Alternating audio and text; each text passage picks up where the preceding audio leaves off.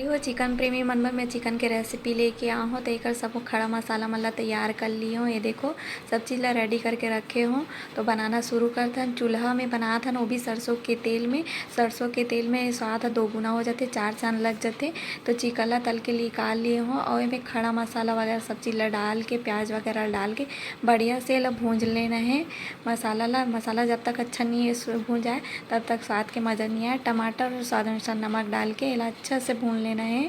और खबर चिकन में तल के निकाले रहो, तेल में डाल देना है। मैं यहाँ नॉनवेज नहीं खाऊँ बट आप मन के लिए ये रेसिपी लेके आ हूँ। इला ढक देना है। उसके बाद इनमें पानी डाल देना है। ये देखो पानी डाल दे हूँ मैं। यहाँ पानी उबाल आ जाए, डबके लग जाए तो फिर इनमें धनिया पत्ती और गरम मसाला डाल देना है, डाल के उतार लेना है। तो बन के तैयार हो गया हमारे चिकन के रेसिपी। तो कैसे लगी तिल कमेंट करके ज़रूर बताओ। हमारे चैनल लाइक सब्सक्राइब जरूर से कर दो। तब तक ले